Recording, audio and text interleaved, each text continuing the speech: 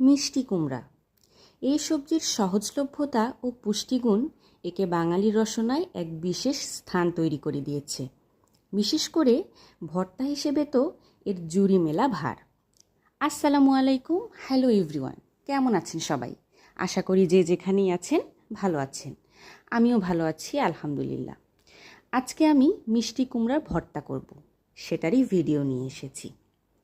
মিষ্টি কুমড়ায় vitamin A, B complex, C এবং E, potassium, magnesium, calcium, manganese, এমনকি আয়রনের মতো বিভিন্ন ধরনের পুষ্টিগুণে সমৃদ্ধ।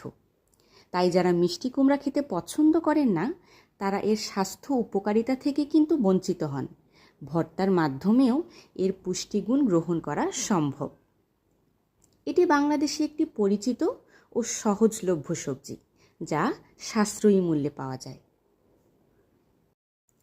এই যে আমি একদমই সহজ উপায়ে হাত দিয়ে চটকেই আজকে ভর্তা করে ফেললাম। তো কেমন লাগলো আজকে আপনাদের এই ভিডিওটি? যদি ভালো লেগে থাকে অবশ্যই কমেন্ট করে জানাবেন। ধন্যবাদ সবাইকে।